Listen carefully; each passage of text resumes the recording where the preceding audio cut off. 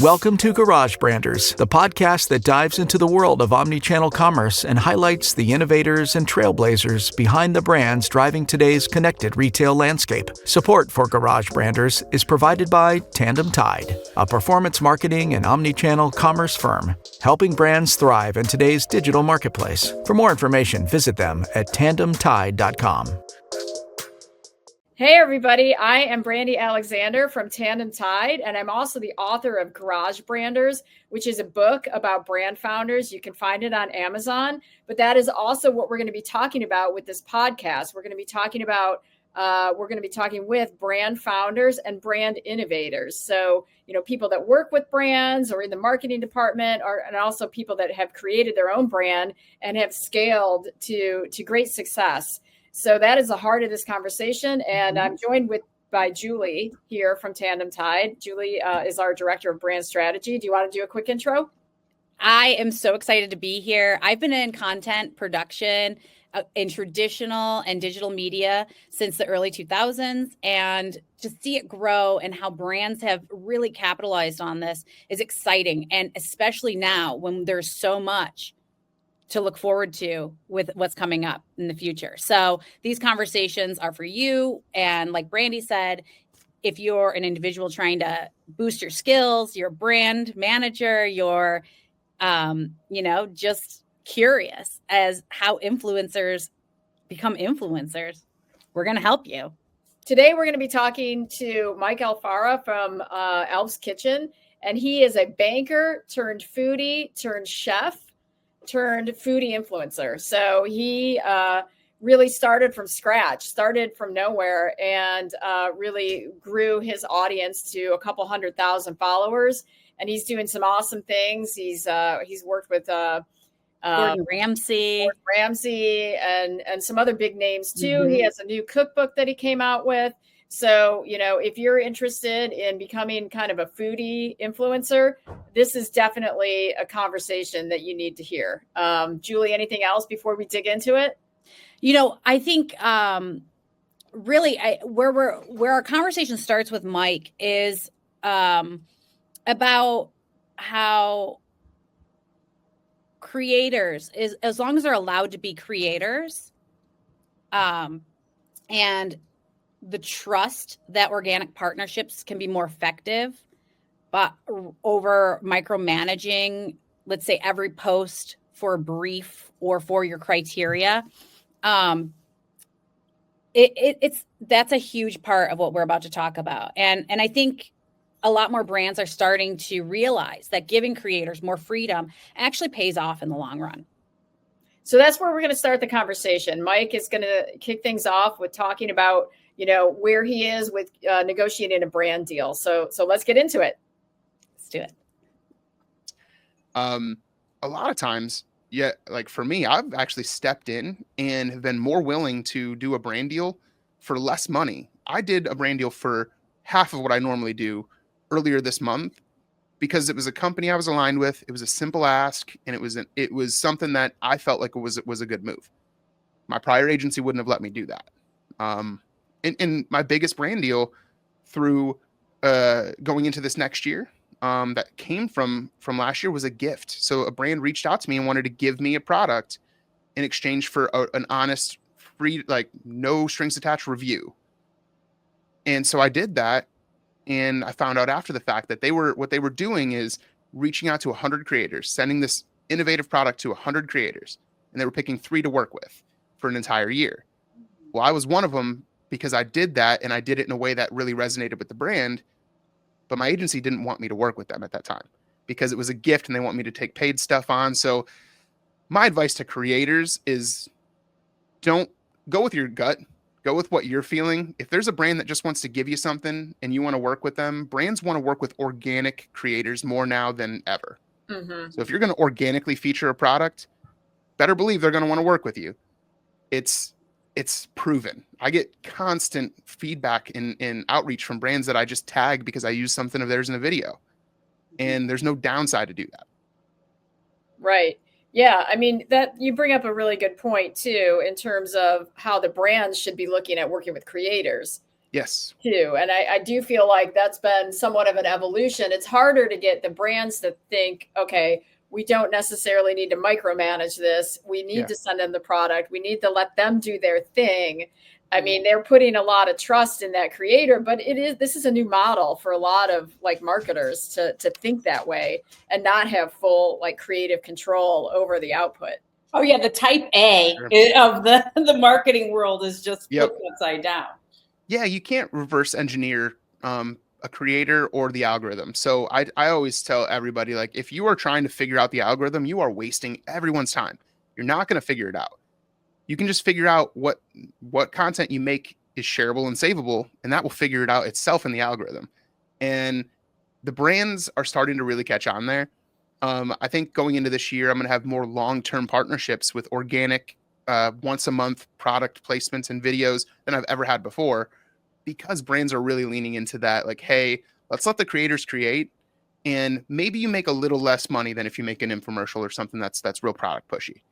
Okay, but you'll make more money in the long run, and you get reoccurring revenue. Because as a creator, the big concern of making that shift, going from doing it part-time to doing it full-time, is, am I going to make enough money to consistently to get there and pay my bills and not lose my house, lose everything? It's a big airball. And that's something I'm glad to see more brands leaning into, is like, hey, who do we align with? Who do we want to work with on a larger scale for the long term? And so I'm seeing the shift, but it's slow. And some of the bigger companies are slower to move than others. So when you think about, your creative process, I think this is another thing that a lot of people are trying to figure out, brands and creators, is what are the three most important ingredients for like a video? Yeah. We won't say a viral video, but just like putting together the content that works for you and the brands that you work with. What are those three main ingredients?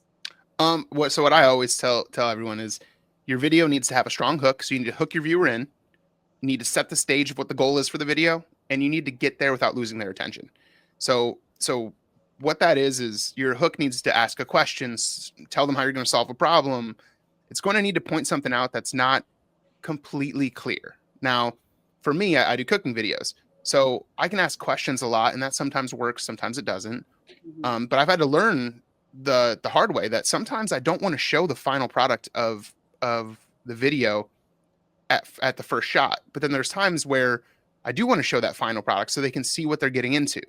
But if the video is simple, if the recipe is simple, and I say, hey, I'm going to show you how to make the best this, and I show it, they can see what's on it. They don't have no reason to continue to watch it. I can figure that out. But you really have to like figure out on each video how you want to structure it. But a hook, strong hook, visual and audible. So you need a strong visual hook, because over 40% of people don't listen to any sound when they're watching videos on short form. So visual hook, audible hook.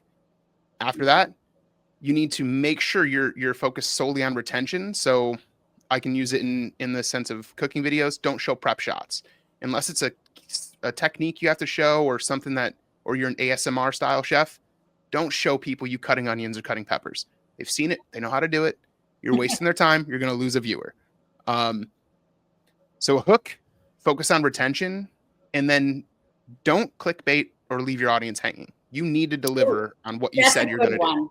Because the clickbait, even my kids know about, like, they'll call out a YouTuber instantly for clickbait. They're like, clickbait, skip, and then they'll move to the next video. I'll hear them yelling and like raging about clickbait. Oh, it's especially on long form YouTube. It lives there. Where now on short form, where it ends up being is rage baiting. So what they do is they'll say something that'll enrage an audience or a certain segment of people and get you to watch.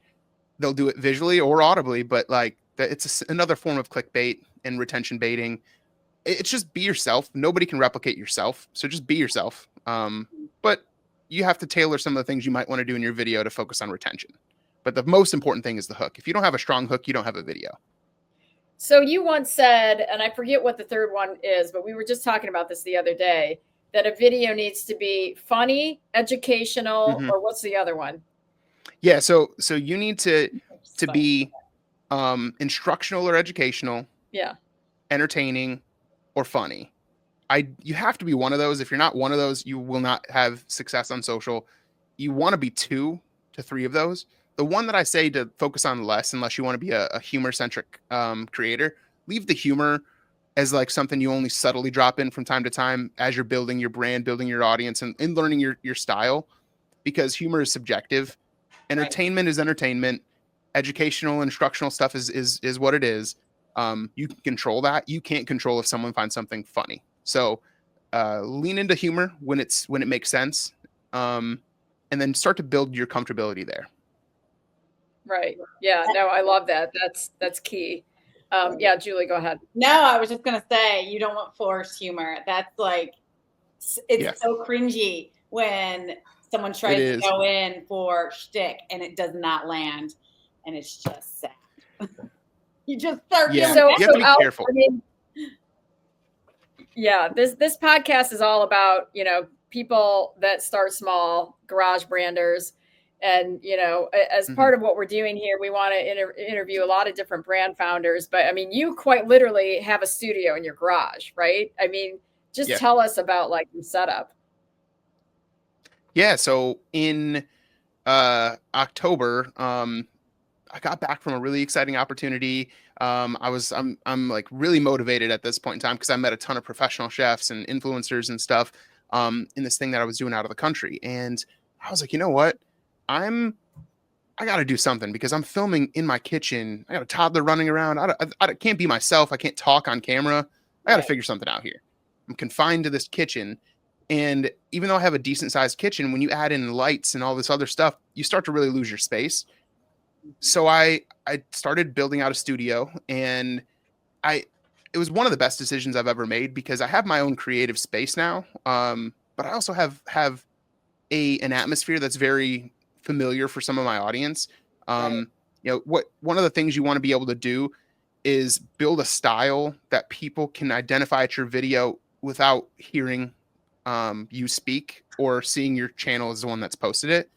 It's important to have some kind of a brand identity. And I was a person who was kind of more against showing myself and talking about my personal life early on.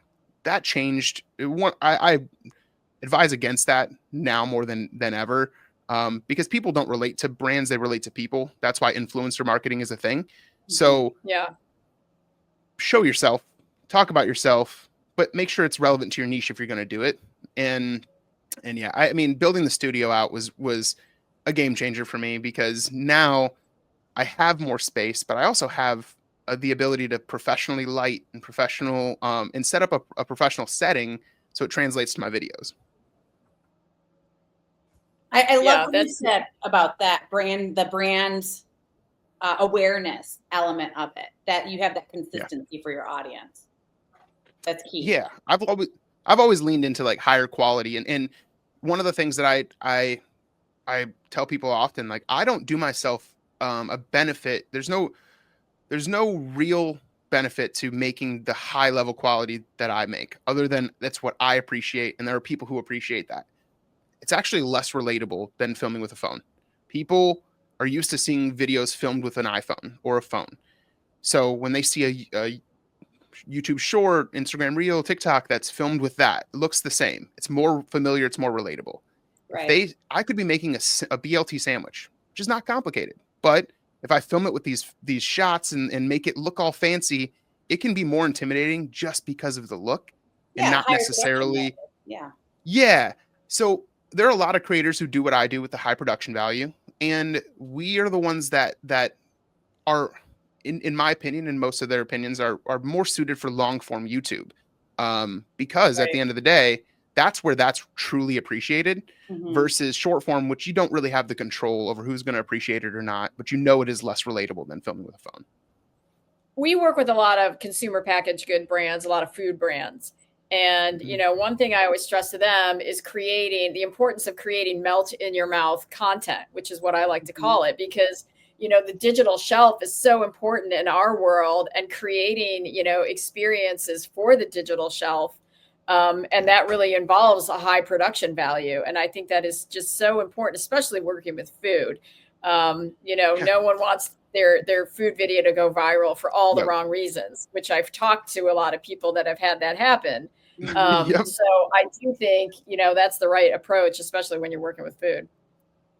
Yeah, I like I can say this confidently because it's been my actual case.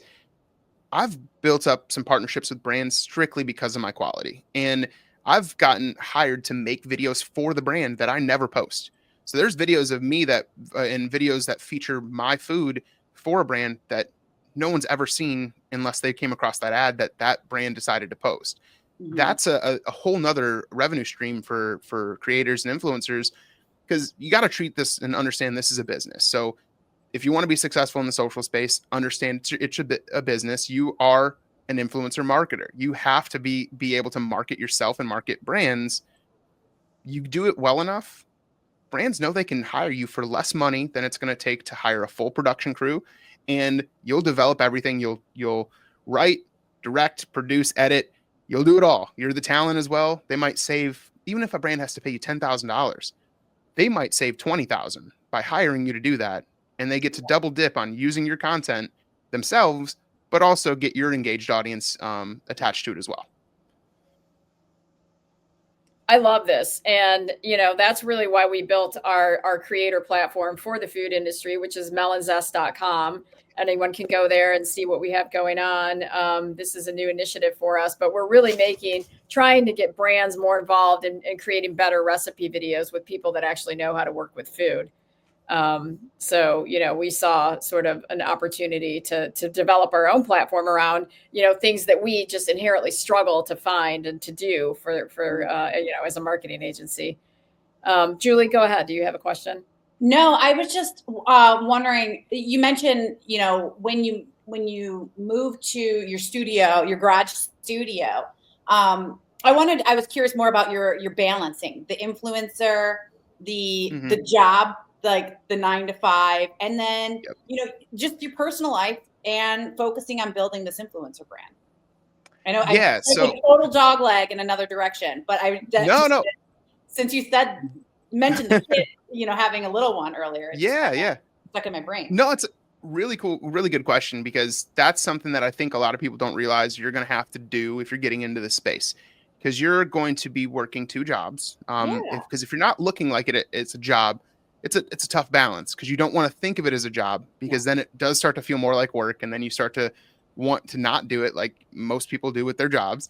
So you have to find a balance, understand it is a job, understand you're going to have to say no a lot. Friends are going to want to do something, family's going to want to do something. You're going to have to say no. You're going to have to be really good at time management, and you're going to have to figure out, okay, if I want to go, so in October, I went to Boston, Connecticut, and New York City for some content stuff. My work to film some stuff around the show that I have in development right now. And then went to New York City to do a collab with Sushi by Scratch, which my buddy Philip Franklin Lee has a Michelin star sushi restaurant. That's an omakase style restaurant. He just opened up his newest location in Austin, and it's incredible what he's done. And you can see a lot of his marketing comes from social. Now, granted, he's friends with Rogan and has gotten a lot of good shout outs early on from that. But even if he didn't get that, this man would still be completely booming in the space. And if I wanted to go and check out his space and take the trip out there and go to Boston, that means for that week and a half, 2 weeks leading up to that, I know I'm not filming content when I'm gone, or I'm filming content that I can't post soon. I have to do a ton of extra work. Right. So if you're not good at time management, this is just not the space for you unless you can figure out how to get good at time management. And I think sticking to your guns. So like early on, knowing that I have a 9 to 5, which is realistically an 8 to 6. And so if I'm doing that, and then I want a couple hours with family before the little guy goes to bed, right? He goes to bed, and then it's like, okay, now I'm going to maybe get another hour or so of family time, and then it's time to edit, time to go do something work related, and then also know that you're just going to get less sleep. I get 4 to 6 hours of sleep most days. That was going to be my next question, because I'm like, when are you sleeping? I'll tell you, the biggest thing that I'm excited about going into this next year is, I'm a person who doesn't like to let people down. One of my things of staying with the bank and not going full time, even though I could have done it a year ago. Right. was more of me not wanting to let my clients down or let the people that I care about at the bank down. But then I realize most people don't think that way. And if someone who I'm respecting a ton gets offered a promotion or something along those lines, are they going to think of me before they take a promotion? No, typically that's not how that works. So that's a personal hurdle I have to get over, because that's been a conversation that I've dreaded for a long time. Now starting to have that conversation and finding out people are more excited for me than I thought they would be, because let's face it, when I told my leadership, and I was nervous about it, that I had a really cool opportunity to go film a cooking show in Ireland, but I need a month off. They're like, wait, what?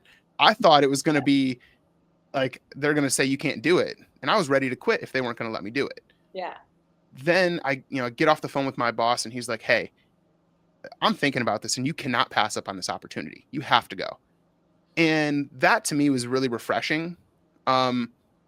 Now I will say that like the balance of it has been very difficult, and the stress, managing the stress is probably the hardest part, because you can't do everything at your highest level for a very long time. You might be able to do it for a year, but you're going to burn yourself out. Right. So it's tough to find a balance, but realistically, I think the best thing that's worked for me is I have a lot of structure to my day, and I try to plan when I'm going to film stuff. Even in my buddy Cody tries stuff on social media. He, when he was trying to convince me to go full time a while ago, I'd give him all the credit in the world for pushing me over the ledge. He told me that, and a lot of people shared the same sentiment. If he wakes up in the morning and he doesn't feel like making content, he's not going to make content that day, because that translates over. But if you work a 9 to 5 and you don't have that luxury. You got to fit it in where you can fit it in. That's true. And that's what I'm most excited about with the transition, because now I get to spend 4 work days and get a video for every day of the week done, between filming 2 days and editing 2 days. And then I have a whole extra day to do something extra in the content space, like streams and other stuff. So this is the big question that I have, that, really is the conversation that we're having here is, how do you go from being an influencer and, just sort of cranking out all this content, and it's a major grind, to becoming a brand yourself. Yeah. So I looked on your website, you've got your cookbook, you've got your shows in development, you've got even swag, which is awesome. Potentially even like a hot sauce or something coming out. So talk to me about the process, which is just beyond you, really, quite honestly. That brand itself can go on and do other things, and you don't have to necessarily always be there, being the thing. Yeah, it's a tough one, because a lot of times you get kind of lost in it and you think that you're the brand, and we are. So like, as a creator, you are the face of your brand, but your brand is still more than just you. So if you want to create products and other things, if you're doing it right, 100%. It's now, I do think that if you want to do it the right way, it takes a lot of time. It's something that ultimately, if you're trying to build a brand, build yourself as the face of your own brand, you're gonna have to have thick skin. You're gonna have to put yourself out there in a way you might not be the most comfortable with. You're gonna have to step out of your comfort zone a lot. My Food Network opportunity, that was one I was up against very good chefs. I was the only non-professional chef in the room, and wow, doing that knowing going in that was where I was at, was very intimidating.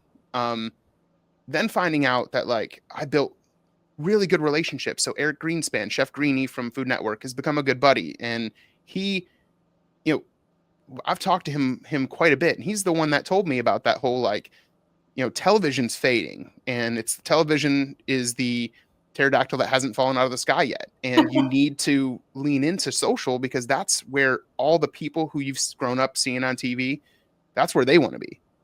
So it's really hard to build a brand without thinking about it like a business. And I think that everyone can benefit themselves quite a bit if you think about it this way. Your social platform, the name of your social platform, that's your brand. You're the face of your brand. It's hard to disconnect the two, but you need to. Because at the end of the day, you're going to get too married to those two things being the same, and they're not. Your brand is tied directly to your niche and your sub niche. So like I'm a chef. I make cooking content. Well, cooking content's very broad. Do I do ASMR? Do I do instructional? Do I do hacks? Do I do fitness, like wellness? Like, what do I do? You can find a sub niche, but you can't just pick a niche. You have to pick a sub niche, and you have to perfect that. And that's going to help you develop a brand, because at the end of the day, people don't, like I said earlier, they don't relate to brands. They relate to people. But you're the face of your brand. They're going to relate to you and associate you with your brand.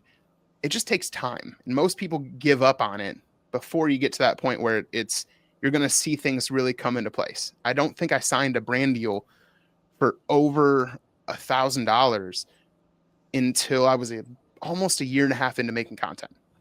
Wow. And it took a while, but and how at that point, how many pieces of content do you think you made and published out there in that year?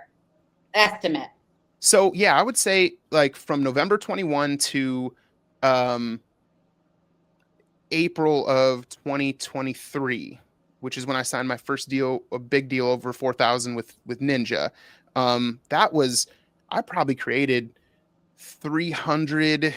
250 to 300 pieces of content at that point in time. In your kitchen with the in my kitchen. Yep. 100%. And yeah. Wow. And another piece of it too is like making all that content.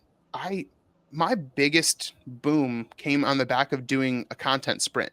So this is something that I think creators and brands can capitalize on. Force yourself to make a video every day and post it every day for 30 days. You will see so much traction.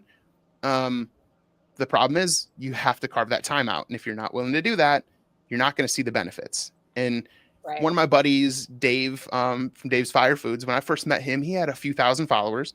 Him and I became good buddies, just talking, giving him help, and he and I just talking through stuff. And I told him to try the sprint, and he did. And this dude blew away his goals on hitting followers because the algorithms want you to post more frequently, an unrealistic amount of videos, because they want to get more eyes on there. So if you post every day, they're going to recommend your videos more because they know that you're posting every day. So if they show you to more people and they follow you, they'll get more content to consume on their platform. It's greedy and selfish on the platform side, but that's how it works. So doing a content sprint is massively beneficial for anybody who's trying to grow and see more growth quickly. Because otherwise you're going to be making, like I said, 250 to 300 pieces of content, and it's slow growth, and you're not going to see that traction. But realistically, I've been making content for less time than a lot of people who are at my following level. But that's because I looked at it a little differently than some people who just kind of treat it as a hobby the whole time. Well, yeah, you said your start was very analytical, and you took a look at what other experts and other influencers were doing, and just dissected it and made it into what would work for yourself. Yeah, and leaning into something that does work. So when I made my cowboy butter video, like I was talking to my buddy George's Kitchen. He's the first person. Just to explain, that's the one that went viral, right? That was your first viral moment. So funny enough, my first viral video was how to cook a steak like Gordon Ramsay, and I did a video. That's a good hook. It was, and it worked so well. It was the first video that got a ton of celebrities and athletes to follow me. That was when I went from 22,000 followers to in August of 2022 to 150,000 in December of 2022. So I saw this massive jump because I learned, I can do that. And then I did another video, how to cook elk like Joe Rogan. And so I start doing all these, like double dipping a little bit. So if you're curious about how to cook elk, you're going to find that. If you're curious about Joe Rogan, you're going to find that. So that's another good strategy, especially for a hook. If you can tie in a relevant figure or person or show or whatever into something else that's relevant, you kind of get that double dip in the algorithm. That's cool. So I leaned into that a little bit. And then that's what pushed me over into the next year, where I'm like, okay, how can I really capitalize on this momentum? And actually to your point, Julie, from that like planning for a trip, I was going to Florida with family. I was like, you know what? I need to make videos to post when I'm gone. I was already cooking a steak, and I'm like, you know what? I'm going to make that cowboy butter video that like a recipe on that I saw my buddy Jort's Kitchen make. And I recreated it. It was a 24-second throwaway video. I made this video as a video I did not expect to do well at all, but it was a filler. And I post it, and this is a good lesson for anybody in the content space. I made a video that was a throwaway. I put very minimal effort into it. I posted it on a day I didn't normally post, at a time I don't normally post, because I was balancing being at amusement park at Disney with family and posting content. And the video, we go do a couple things, and my phone is getting like scorching hot in my pocket. I have no idea what's going on. I pull it out. It's like an hour and a half in. It's got 4 million views. So you're in line for like Space Mountain. Yeah. And your phone's just exploding. And you're just like, what is going on here? That's wild. It was insane. And then I'm like, I'm sitting here like, why is this going so viral? And I'm like, oh, it's because it's a simple, quick, shareable, savable recipe. And one of the things that I did at the beginning of it, which this is, a lot of creators don't speak on this, and I think it's important to talk about this, is give credit where you got inspired. Inspiration there's nothing wrong with being inspired by somebody. There is something wrong with being inspired by somebody and not giving them the credit, because what you're going to do is lose the trust in your audience if they know that you got that idea from someone else. Yeah. So in the hook of that video, I said, if you've never had cowboy butter, it's at the top of my list for best sauces for a steak. And when I saw my buddy Jort's Kitchen make this, I had to give it a try. So I've said a couple things there that are important. If you've never heard of cowboy butter, it's at the top of my list for best sauces for a steak. So I've divided the room immediately, because there's either only put salt and pepper on my steak, or I love A1 sauce on my well done steak. And now you have people arguing in the comments over if this is right or wrong. Right. So you build in engagement by making a bold statement that people are going to feel very passionate about one way or another. Then I shout out the creator that I got the idea from, not at the end. I didn't wait at the end. I didn't just tag him in the caption. I gave him credit. I've had people who have 20 million collective followers steal my content, not give me credit. And then when my followers comment on it, or when I comment on it, they delete it. It gets wild. And unfortunately, a lot of creators deal with that. We don't invent things. I didn't invent cowboy butter, but there are things I've invented that I was the first person to do on social media that other people have taken. And do I get really bummed out? No, you're going to do yourself a disservice if you get too hung up on that. No, you can't get hung up on it. Yeah, it's what I like is my audience knows that idea came from me, because I get 100 DMs with people sharing the video like, hey, isn't this your idea? Hey, isn't this yours? And then seeing all the people comment and put that out there, you're going to have your ideas stolen, but don't be one of those. Don't stoop to that level. If you're making good content and you got the idea from somebody, just make sure you shout them out. It goes such a long way. Yeah, for sure. So that's a really cool story and a really good lesson. And I think, brands for sure can learn from some of this too. So, tell us about your cookbook and sort of what's next for you. We're talking about 2025. We're talking about algorithms. I know like mastering the algorithm is a thing, and that you constantly have to kind of, keep on top of. So, what's the future look for you? Yeah. So, perfect segue from that cowboy butter video, because that cowboy butter video is what got me on the radar of my first talent agency, which, as I talked about earlier, I left. But it also got me on the radar for the publishing company that put my book out. And that's a real humbling experience. I'm not a writer. I don't even like reading books. I'm a more visual person. So writing a manuscript, putting together 60 recipes that I was not allowed to share on social media, like getting all the professional photography. So I'm lucky. My sister's husband is the videographer and photographer for the Toledo Zoo. So with him having this crazy good background there, he's been an invaluable resource for me. Yeah. Telling me, like, I've made sure he understood early on, like, I don't want you to walk me through everything, but I want you to tell me what I should buy when I'm asking you about that stuff, so I can make sure I'm getting the best of the best. Yeah. And so that book coming out, I got that book deal in March of 23. And I spent realistically, all the way through August, working on the edits, the photos, the manuscript, all that stuff. And then it went into the publication space, and I launched the book in May of this year. So I was working on the book for over a year before it came out. And that process, was hectic, on top of balancing a day job, 2 cooking shows that I went on, and some other things that I had in the works at the time. Too. Yeah, it was wild. And after the book, after the cooking shows, that was when I realized, like, I kind of want to take my stuff in a little bit of a different direction. So what's really next for me is long form content. I already have some stuff done and in the works. I've picked up a second production camera, some more lighting, and I'm starting to lean more into the long form stuff, because I know that's where my stuff will be more appreciated in the long run, and it's more sustainable in the long run as well. Mm-hmm.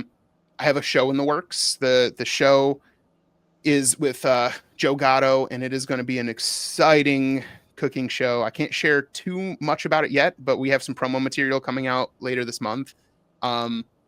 We have an incredible studio kitchen that we're filming out in Boston.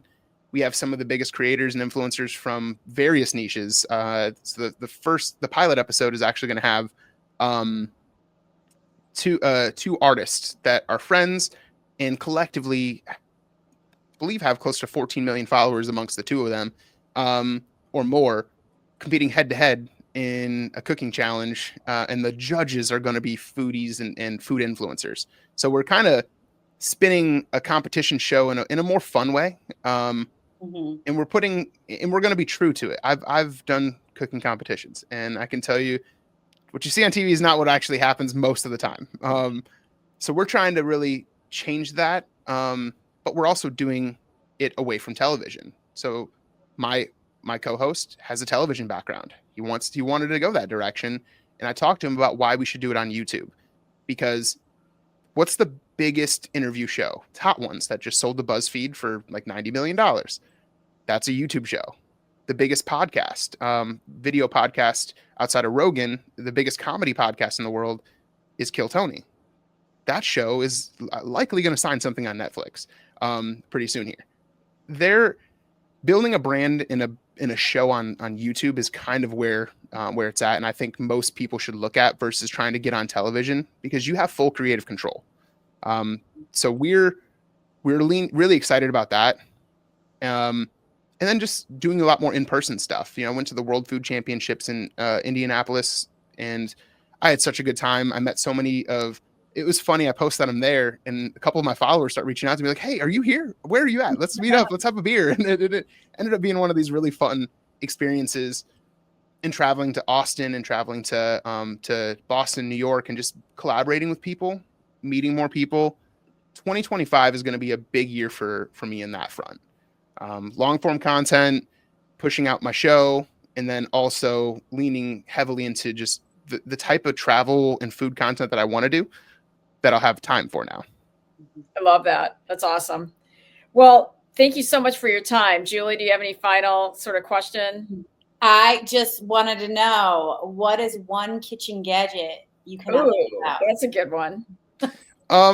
Okay, so I will say a chef's knife, a good chef's knife. Okay. That is probably the most important thing. I've used some okay chef's knives for most of my cooking career. The difference it makes when you have a good chef's knife is incredible. So it's funny, people complain about crying when they cut onions all the time, right? It's because you don't use a sharp enough knife. That's what it is. To use a sharper knife. And that's huge. That's our hook for this whole show. I have the worst knives ever then. Yep. I need knives. So you will cry still, but it'll help take away some of the tears. Mascara is streaming down my face when I am trying to cook. And it's not because I'm crying, because I'm not a great cook. And honestly, I think other than that, it's not necessarily a kitchen gadget, but I'm a big fan of a good grill. So like if I'm cooking with a pellet grill, a pellet smoker, right. Rectech is such a good brand. They've been a partner of mine now for since about May of this last year. Uh-huh. And they're I've had a Traeger, I've had a few other products. Theirs is incredible. And if you What's like, the if name you of like the brand? RecTech. RecTech. Shout out to RecTech. Oh yeah, they're amazing. And the cool thing I found is there's another partner I have, which is probably one of my most fun gadgets I have, is an indoor smoker by GE Profile. So interesting. if you can't have a smoker in your yard or you live in an apartment, GE Profile makes an indoor smoker and it's really good. It is one of my favorite gadgets to use, especially if it's freezing like it is right now and I don't want to go out and brave the wilderness. Right. So those are huge. And if you're going with something that's like open fire, live fire, I'm a huge fan of the Fire Grill. Now, selfishly, I'll say I am involved in that company. It's a creator-owned company, and I'm one of the 18 creators brought on as a founding member of the company. Okay. And Fire, it's FYR. That we have our grill coming out. I got a prototype version of it. I've been hooked on cooking on this thing. It's live fire, so you got to be able to learn how to manage charcoal and wood fire. But it's a versatile grill and you can travel with it. That I'm really excited about because when I'm doing this traveling, I'm throwing that thing in my trunk and I'm driving around and I'm cooking with people. That's gonna be fun. And now is that available on the road? It is available for pre-order. And so it's launching it not too soon, but the company is incredible because funny enough, and it's great how you can build these connections over time. So Jort's Kitchen, who's the guy that I created that cowboy butter video and shouted out off, and Chilies and Smoke and Food with Bare Hands, just some buddies of mine that I've built through this food community. They're creators. Well, they're all getting involved in this company and they're throwing my name out like, hey, you should work with him. You know, Mike over at Alf's Kitchen, he's a perfect fit for this brand. And the owner of it, the founder of it, is a guy who, if you look at the back of my cookbook, he's got a quote there. He's a guy that reviewed my cookbook early, and he's a guy that when he launched the company initially, which was first just hot sauces and barbecue sauces, sent them out to me early. So like we've known each other now for well over a year, and we built up a connection, and that's what got me as one of these 18 creators involved with that company early on. And what I'm excited about is I think that company is going to be what Mr. Beast has done with like Feastables and what Prime is and Logan Paul KSI have done with Prime, but in the grilling and outdoor cooking space, it's because it's creator owned. You have this built-in marketing plan where we have a network of over 45 million followers amongst the founders. Yeah. Wow. You don't need to do much marketing at that point. That's huge. It is. Yeah. I love that. And from a marketing standpoint, I mean, creator-owned brands is super interesting. I feel like that's an emerging space for sure. It's going to be the future. And Chilies and Smoke is on that fire team with me. I'm not a person who's going to sit here and play biased or show biased. If a product's good, it's good. If it's not, it's not. I don't talk down on products. Chilies and Smoke started a seasoning company, and this man's seasoning is the best simple steak rub, beef rub I've ever used. And this man does not pay me. He's not like, I will say that all day, every day. And it's a creator product. He uses it. And when you work with creators who develop their own products, they're developing products they want that are missing something they would really want to use or feel like is missing from their space. So I'm excited to see what's going to come in 2025, especially with the creator owned products and the stuff I'm involved in or the stuff I'm not. It's going to be a really exciting year. Yeah, that's awesome. So who else should we be talking to? I mean, this show is garage branders, like people that start stuff that you're talking about. Who else is out there that we should be talking to? Yeah, so I would say, Chilies and Smoke, he's a super busy guy, but honestly, he's a guy that's built this seasoning brand up but he's on Amazon, he's everywhere. He's launching new seasonings all the time. He's a great one. So Jason, who I've worked with from GE Profile, so he's not an influencer, but he is a guy who finds influencers, works with the brands directly. He's a guy that, I actually presented to his influencer marketing class for University of Louisville. And seeing him work with these students and these people who are really interested and invested in the space, he's got a really fresh outlook. He's a real good guy to talk to about, both sides of it in this space.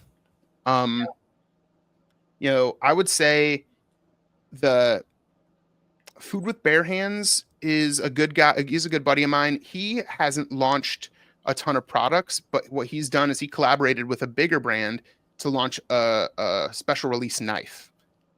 That knife is featured actually in the video I posted yesterday, and the knife is incredible.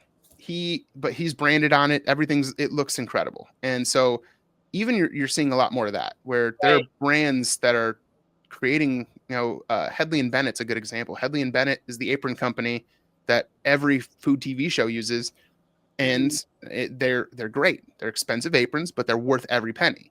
Well, now they're collaborating with all these creators that have massive followings and making custom aprons that fit their brand. Smart. Chef Reactions. Chef Reactions is a guy who almost everybody has seen on social media. He reacts to people making good or ridiculous food and then rates it 0 out of 10 and if he's gonna eat it or not.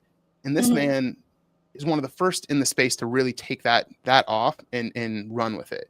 So he has an apron with Headley and Bennett that has a 0 through 10 that you can adjust on the apron to fit what the rating is. It's just little stuff like that. Rate on your apron. I love it. Yep. You're gonna love it. it's a really cool. or doom.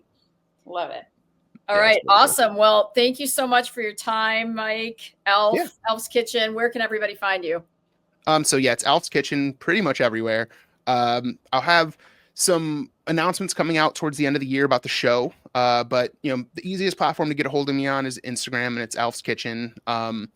TikTok, you can get a hold of me there as well. YouTube, you know, make sure you check out my YouTube. It's Alf's Kitchen over there as well, and you'll see me really start to shift into some long form stuff over there in the next year. And if you're interested in my book, merchandise, other things, you know, alfskitchen.com. There's quite a bit out there, and I'm actually revamping some stuff on that website now. So, all right, awesome. Well, thanks so much for joining us. Yeah, no, thank you guys. Thanks. Yep. Support for Garage Branders is provided by Tandem Tide, a performance marketing and omnichannel commerce firm, helping brands thrive in today's digital marketplace. For more information, visit them at tandemtide.com.